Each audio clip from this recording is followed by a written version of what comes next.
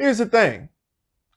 I've been writing for over 10 years, and I'm just realizing that this is my passion.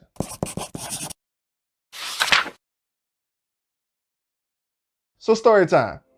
I wrote my first story arc back when I was only 8 years old. The year was 1999, and my friends and I were suffering in silence as we were trolled by networks who refused to show new episodes of Dragon Ball Z, despite the fact that there were 3 sagas left to show. Sorry, it was stressful times. I got tired of being left with cliffhangers by Toonami. Of course, this was around the time where the human attention span was a lot longer, and you can actually get away with leaving people on a cliffhanger for a whole year straight. I realized that there was a guy in my 4th grade class who was very good at drawing manga style art. He and I immediately became friends, and I learned from him how to draw that same manga style art. So one day I had the brilliant idea of writing my own stories or something like I can draw comics myself, right? This led to hundreds of spiral notebooks full of fan fiction, all titled Dragon Ball X. I would not type that into a web browser, by the way. Because of the lack of support in my environment for the creative culture, I stopped writing to focus more on things like homework and bills and paychecks. By the time I hit high school, it had already been a few years since I picked up a mechanical pencil and actually drew anything. During this time, however, I managed to start writing poetry and even dabbled into making music, because making hip hop music was a little bit more acceptable in the eyes of my peers than drawing. I was weak. I'm sorry.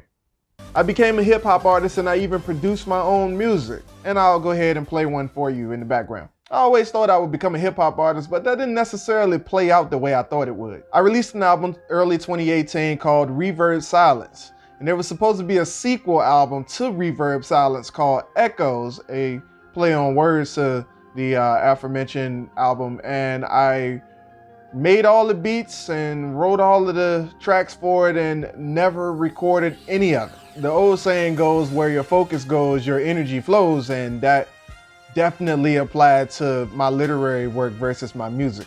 During the time that I was trying to be the next Kendrick Lamar, I actually did start writing a novel, but I never really took it serious. I would come up with an idea, put it in a notepad, jot down some stuff here and there, come up with some kind of backstory for X amount of characters, and just ignore it.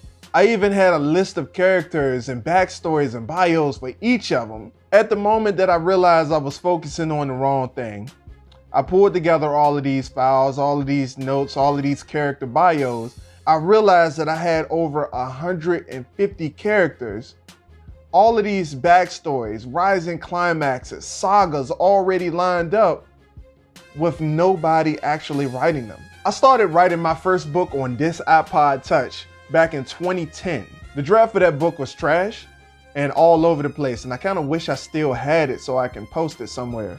10 years later, and I just finished the first novel, the rewrite of that very first book, and we are in pre-production as we speak. The name of the book is...